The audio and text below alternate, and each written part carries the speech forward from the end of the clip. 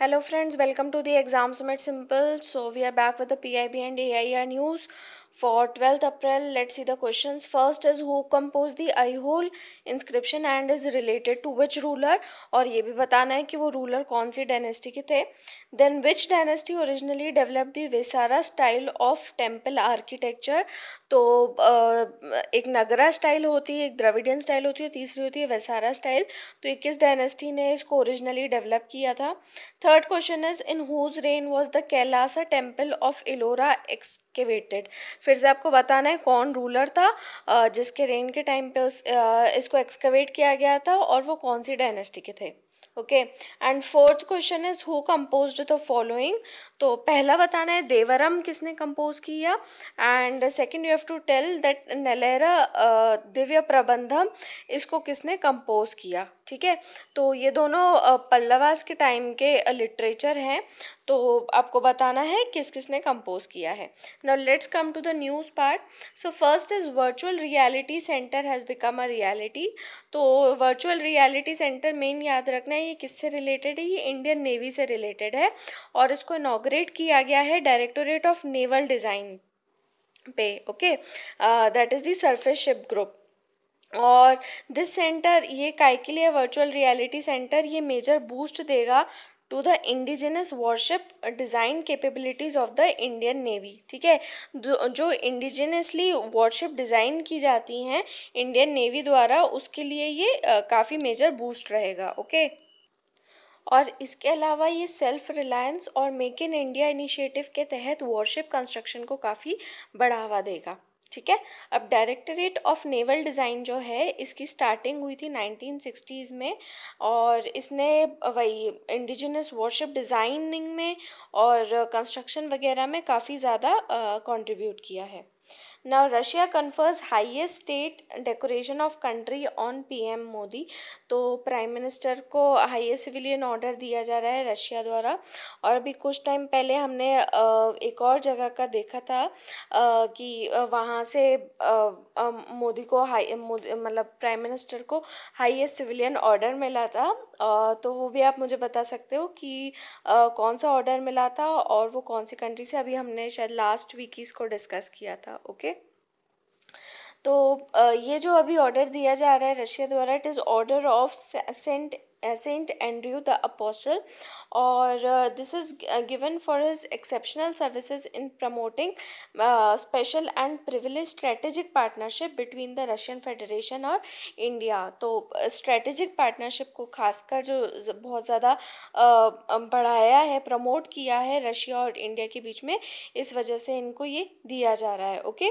और ये जो ऑर्डर दिया जाता है it is awarded to prominent statesman public figures and those working in the fields of science culture और आर्ट्स. मतलब उन्होंने रशिया में प्रॉस्पेरिटी और ग्लोरी बढ़ाने के लिए अगर कोई ऐसी एक्सेप्शनल सर्विस दी है तो उसके लिए किसी को दिया जाता है Order of Saint Andrew the apostle. और इसको स्टैब्लिश किया था 1698 में ज़ार पीटर द ग्रेट ने. ज़ार कोई भी ईस्टर्न यूरोप के टाइम के मतलब एम्परर को कहा जाता था ज़ार. और ये ऑर्डर इस्टेब्लिश हुआ in the honour of Saint Andrew the first apostle of Jesus and patron saint of Russia who is an apostle. मतलब जो क्रिश्चियन मिशनरीज थे और जो मतलब वही क्रिश्चियनिटी प्रमोट करने के लिए जो लोग रहते थे उनको अपोसल्स कहा जाता था. ओके.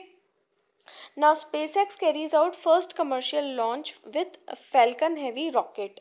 तो SpaceX जो है ये प्राइवेट अमेरिकन एरोस्पेस मैन्युफैक्चरर है और स्पेस ट्रांसपोर्टेशन सर्विसेज कंपनी है और कैलिफोर्निया में इसका हेडक्वार्टर है. And it was founded in 2002 by the entrepreneur Elon Musk जिनकी टेस्ला कंपनी भी है. और SpaceX का जो गोल है it is of reducing space transportation cost and enabling the colonisation of Mars. Okay. याद रखना फैल्कन हैवी रॉकेट जो है वो स्पेस एक्स का ही है. और इन्होंने फर्स्ट टाइम स्पेस एक्स नहीं पहली बार जो रीलॉन्च्ड व्हीकल है उसको फर्स्ट टाइम इन्होंने ही एक्सपेरिमेंट किया था. ओके.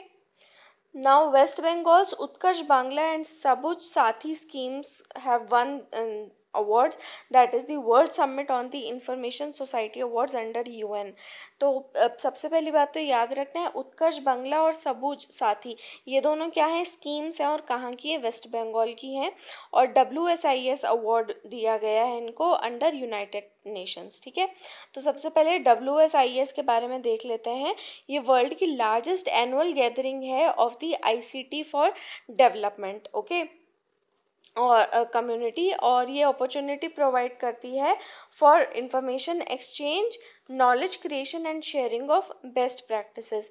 याद रखना, ICT फॉर डेवलपमेंट यानी इंफॉर्मेशन एंड कम्युनिकेशन टेक्नोलॉजी के लिए ये कम्युनिटी है और इंफॉर्मेशन एक्सचेंज, नॉलेज क्रिएशन की अपॉर्चुनिटीज़ देती है WSIS, okay, world summit on the information society. और WSIS फोरम जो है वो कोऑर्गेनाइज किया जाता है by ITU, that is the International telecommunication Union, UNESCO, UNCTAD, that is United Nations Conference on Trade and Development, and UNDP। ठीक है, चार ऑर्गेनाइजेशंस द्वारा कोऑर्गेनाइज किया जाता है WSIS, क्या क्या, ITU, UNESCO, UNCTAD and UNDP, okay. और 2019 में WSIS जो है उसकी 10th एनिवर्सरी सेलिब्रेट की जा रही है Geneva at international telecommunication union, और जो थीम है it is information and communication technologies for achieving SDGs। ठीक है, अब WSIS अवार्ड्स के बारे में देख लेते हैं।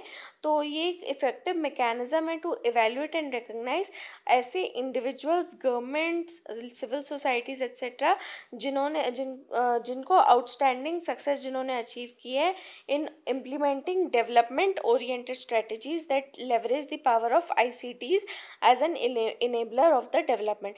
यानी कि कोई भी ऐसा व्यक्ति, कोई भी ऐसी ऑर्गेनाइजेशन, गवर्नमेंट जिन्होंने ICT का यूज़ किया है for the development of the society. ठीक है, तो world summit on the information society में कीवर्ड भी यही है, इंफॉर्मेशन, ICT का यूज़ करना for the society, development of the society. ठीक है, अब उत्कर्ष बांग्ला स्कीम क्या है, ये स्किल डेवलपमेंट ट्रेनिंग देने के लिए है टू द यूथ्स। तो इसके लिए कई सारे सेंटर्स खोले गए हैं और वहाँ पे यूथ्स को ट्रेनिंग दी जा रही है। याद रखना वेस्ट बंगाल का है। ठीक है, और जो ट्रेंड यूथ्स है उनको फिर एब्जॉर्ब कर लिया जाता है इन डिफरेंट इंडस्ट्रीज़।